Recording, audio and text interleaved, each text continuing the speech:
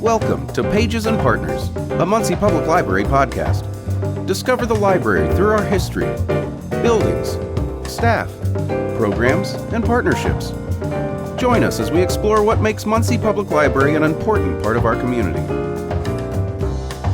Welcome to Pages and Partners, a Muncie Public Library podcast where we explore the stories, people, and partnerships that enrich our community. I'm Gabby Sandefer, and I am the Program Supervisor for Great Achievers, and I'm here to bring you another engaging conversation today. Joining me is Kelly Batchelor, Manager of Marion Hunt Library. We're talking all about board games at the library, from family favorites to new discoveries, and how we're celebrating National Board Game Month in November. So get ready to roll the dice and join the fun. So thank you so much for being here with us, Kelly. Yeah, I'm so excited. I love talking about board games. Well, we are really excited to dive into this with you. So what inspired Muncie Public Library to circulate board games? Because that's not something you would typically think of at a library. Yeah, it's actually been a growing trend across the country for like over a decade now, where people are able to come into the library and get a board game and check it out and take it home. They found that like board games help people practice skills such as like communication, critical thinking, leadership, problem solving, all that kinds of fun stuff. And Muncie Public Library has actually had a very rich history of gaming programming that has been fairly well attended throughout many, many years. Our youth services games that we keep behind the desk, they are used so frequently every day. They get at least like 40 uses every single day. And that's underestimating it. Yeah. I love watching the kids look through the big binder of different things they can choose from and being like, that's the game I'm playing. It's so cute. It's fantastic. And so that really showed us that there was a demand in our community to have board games available for people to play. So we decided to try to start circulating them. And also, sometimes these games have like a big barrier because they're expensive. Oh yeah. Just a few of these over here, these wonderful games I have seen like actually priced in the stores, and sometimes that can be a big purchase for someone. Yeah, and I don't know about you, but I personally don't like dropping a ton of money on a game that I don't know if my friends and I are going to want to play. Yeah. So that really helps people be able to try them before they buy them, or even if they have kids and they don't know how long this kid's going to want to play a game. It'll either be once or 100 times and no in between. So it's just a nice way to be able to share them with the community. We did start with like a smaller collection back in like 2023. We had about 45 games for people to check out. So it's fairly recent that we actually started circulating these games. That's wonderful. We added about 30 more in 2024. So we have currently about 75 games in our entire collection. That's amazing. It's fantastic. And almost all of them circulate fairly well. And then this year, I actually ordered about 30 more. Woo! So those will be coming in probably either late this year or early next year. That's wonderful. I really like hearing that you guys heard a public, not only need, but public interest, and were able to really captivate that audience. Because I feel like that, people think libraries are just books, but we're actually like a public service. So we want to meet our community where they're at. So I loved hearing about that and how that informed your decision. What kinds of board games are available? Yeah, we have a lot of different board games to appeal to all kinds of audiences. We have everything from like quick, fun party games like caution signs down here, where you're drawing funny pictures based off of 2 words, and then those words all get mixed up together, and you have to try to match which 2 words go with which picture. Oh, that's a good board game night one with some friends. That sounds like a so hoot. Much fun. Yeah. It's a good like warm-up game, or even just a starter game for people. And then we also have some larger games like Betrayal at the House of the Hill or Oregon Trail. Betrayal at the House of the Hill, this one, you're exploring a haunted house with your friends until one of you betrays the others. Yep. Betrayal's a fun one. I do recommend that game. Yeah, I just played it last week. It's fantastic. So we do try to include like something for everyone with the varying range of party games versus like the more complex cooperative strategy type. Awesome. Yeah, and this is just a very, very small glimpse into the games that we have. I have seen where we store them. I've seen where we have them on display. This is just a very tiny drop in the water. How do you choose what games to add or take out of the collection? And can patrons suggest games? Yeah, we actually very much welcome patrons to suggest games. Oh, great. There's next to our board game collection, there's like a little bin that people can write what board games they're wanting to see and put them in. This does help inform us of what people are looking for in our circulating collection. What's popular, different things like that. Absolutely. And when ordering the games, I read and watch a lot of board game reviews. And I also look at how many pieces are part of the game, because if something's too many pieces or they might get lost easily, we might not get too many of those unless they're in high demand. And then I also like check for like the sturdiness, because we don't want them to break down over time.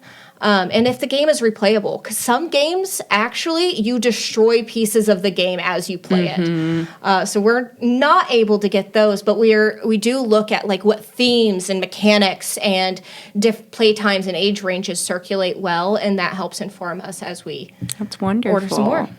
I also know that you guys, not just you, but we have lots of folks within our library system that are very into gaming that I'm sure recommend some really good ones. And I believe, wasn't it you who just went to Gen Con this year and were able to get informed there too? So I love all these different like resources and people you use, and I love whenever you come back from Gen Con with a list of like brand new games for us. It's very exciting time of year for all of us. So it's honestly one of my favorite times of year. I understand. I think that's awesome. So let's say I am someone who's never checked out a board game before. What should I expect? How does the process work? The loan period? What happens if a piece is lost? And, ultimately, do I need a library card? Yeah, anyone 18 or older with a library card in good standing can check out one game at a time. Wonderful. For 7 days. We don't currently allow renewals just because of the smaller size of the collection compared to our books, but you can place them on hold. So if there's something you're really wanting to play for, like, say, over Thanksgiving, you can put it on hold, pick it up, and then it's ready for your family game night. That's good to know. We also, when the games come back in, we have to make sure, like, all the pieces are there and it's still in good condition. And if you do lose a piece, the fee depends on the importance of the piece to the game and the cost to replace that item. So, like, if you lose a single card from the Cards Against Humanity Family Edition, that's not going to break the game. Yeah. It'll be very small fee if there is one. And then sometimes publishers will even send us replacement pieces. Oh, that's so that can wonderful. take some of that cost off of the patron. And then we can also recreate them. So it's just kind of the chart. Because we have a 3D printer, we have lamination, we have all sorts of different services that we could, we could 3D print a sorry piece if necessary or things like that. So we get creative. We try not to charge people an exuberant amount. Every once in a while, we do have to reorder games if they're very damaged beyond repair and it's not from like the normal wear and tear. Yeah, absolutely. Well, that's good to know that we're a little bit more graceful with some of the things we can offer, especially with, and I think it's really cool that the publishers will send stuff to us for extra pieces. I think that's them recognizing that libraries, this is an exciting like new frontier for us to have these type of resources. Oh yeah, there's a lot of publishers who really like their games in libraries because it exposes their game to more people. Absolutely. And then more people may purchase it because they want their home copy. Oh yeah, and even if it's not purchased from them, there was a purchased copy from the library, and so I think that's really cool. So are there any staff or community favorites that people just keep coming back for? Exploding Kittens is by far the most circulated game that we have. That is a really fun game, though. It's so much fun. It's a party game. It's fast to learn. It's easy. And it's really it's a great entry point if you haven't played games before. Yeah, very fast-moving card game, that's for sure.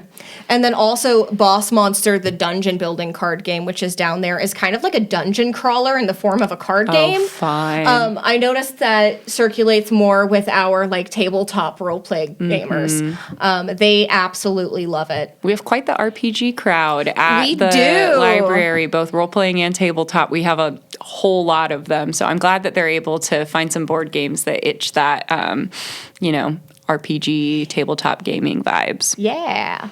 That's great. So, say I am not really a board gamer. I'm new to this, but I want to try one. What would you suggest as a beginner-friendly board game or games? Sure. So there's a lot of different board games in our collection that are good for beginners. It really depends on your taste and what you like.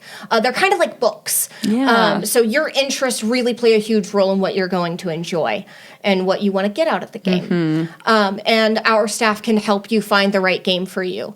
Personally, I like to suggest to new gamers things like code names because it's fun, quick to learn. It's easy to set up. You can play it with 2 players or you can play it with 4 players or even more even.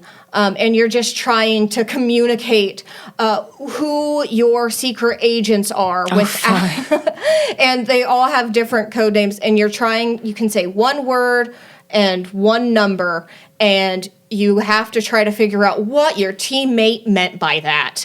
That's funny. It kind of sounds like almost like a reverse charades. Like instead of like doing a movement, you just have to figure it out from this like weird combination of words. Absolutely. And it's great to work on communication. That's great. And then also caution signs that I mentioned earlier is good. Exploding Kittens is a good beginner game, as we said earlier.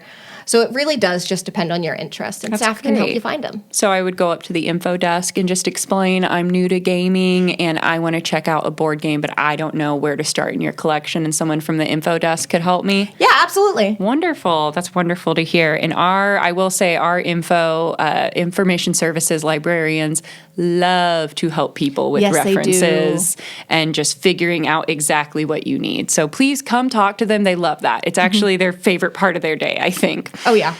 So will there be any programming or events to go along with the board game collection? Yeah, so we at Marion Hunt Library, we have a kids game day every month and occasionally have teen game days and adult-focused game days. And then at Centennial Library, they hold game night with the Muncie police officers every other month. I've heard that is extremely popular, too. The first one they had, I think the estimated versus the actual attendance was like tripled what they estimated or something like that. So I've heard that one is very popular. Yeah, it's a lot of fun. And we have new like gaming programs all the time. Just keep an eye out on our calendar. It's up to date with all of our programming and all of our events. So when there's board game programming, it'll be on our calendar. Great. And then all of our board games are listed within our catalog, correct? Correct, yeah. Wonderful. So can you tell me more about International Games Month? Because we had introduced that very briefly, but coming up in November is International Games Month. Yes. So it started with the American Library Association. Where all good things start. It started as a single day in November in 2007, and it was only in the United States. So it was called National Game Day. And then in 2012, it gained some support from overseas partners and turned into International Games Day. And then expanded to a week in 2017. Wonderful. And then in 2022, it fully expanded into the International Games Month that we know now.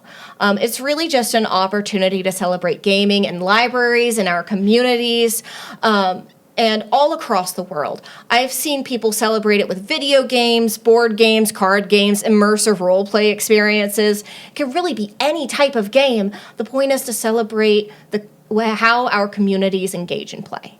That's wonderful. And I like that you said play because, as someone who works in the education sphere, play is essential. Yes. And a lot of times we think as we get older that we have to stop playing, but really the way we play changes. Yes. And all human beings can benefit from play. So I love that you phrased it that way because even as adults, we need to play and expand our mind and, enjoy different hobbies. So thank you for sharing that. So My last question for you is going to be, why do you personally think board games are a good fit for public libraries? Yeah, so board games bring people together. In my experience, it allows people to make friends.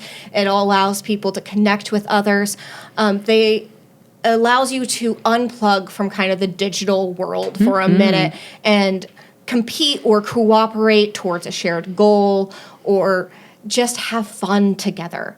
It really strengthens bonds you have with the people in your life, and allows you a chance to have fun and continue to build like these skills like critical thinking, social deduction, problem solving, math, reading. All things that public libraries love. Exactly. And as a library, we love to support the education and enrichment of our community. Great. What a wonderful, that made me feel all tingly inside. So thank you for sharing that. So before we wrap up our interview, do you have anything else you want to share? I think we're good. I think I covered everything I needed to. Thank you so much, Gabby. This was wonderful. Wonderful. And I want to thank you again, Kelly, for coming on and sharing all of your expertise with board games with us and for getting this started in our community. I'm so excited to see after this episode how many people decide to come check out some board games. And remember, November is International Games Month, so celebrate in whatever way you like to play. And in the meantime, thanks for watching and keep reading. This has been Pages and Partners, a Muncie Public Library podcast. For more information about library events and resources, visit munpl.org.